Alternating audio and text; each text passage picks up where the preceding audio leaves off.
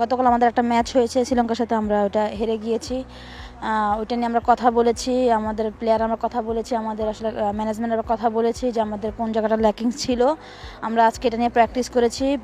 কালকে আমাদের আগামীকাল একটা ম্যাচ আছে পাকিস্তানের সাথে। আমরা চেষ্টা করবো যে ওটা ওভারকাম করার জন্য, যেন আমরা একটা ভালো স্টার্ট দিতে পারি, যাতে আমাদের মেন ম্যাচটা কাজে লাগে।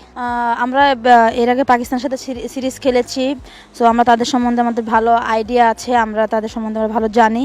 সো আমার কাছে মনে হয় যে যদি চিন্তা করা যায় তাহলে আমার কাছে মনে হয় আমরা পাকিস্তান থেকে অনেক বেটার টিম। আমরা এটা বিশ্বাস করি, আমরা যদি আমাদের মাঠে 3টা ডিপার্টমেন্টে ভালো করতে পারি, আমার কাছে মনে হয় রেজাল্ট আমাদের কাছে আসতে পারে। না, এখানে তো বরাবরই একটু গরম আছে। আমরা প্লেয়ার, আমাদেরকে এটা অ্যাডজাস্ট করতে হবে। এটা আমাদের খেলাটাই এরকম যে সব জায়গাতে অ্যাডজাস্ট করতে হবে। আমার কাছে মনে হয় যে আমরা মেন ম্যাচের আগে আমরা 2টা প্র্যাকটিস ম্যাচ খেলতে পারছি, ইভেন তো আমরা কয়েকটা প্র্যাকটিস সেশনও করতে পারছি। আমার মনে হয় আমরা এটার সাথে অ্যাডজাস্ট হয়ে যাচ্ছি। আমার কাছে মনে হয় যে আমাদের দল ওভারঅল চিন্তা করলে আমরা ভালো দিকে আছি, যদিও আমাদের গতকাল ম্যাচটা চলে গেছে। আমরা সামনের ম্যাচ নিয়ে চিন্তিত, আমরা সামনের ম্যাচটা কীভাবে ভালো করতে পারবো।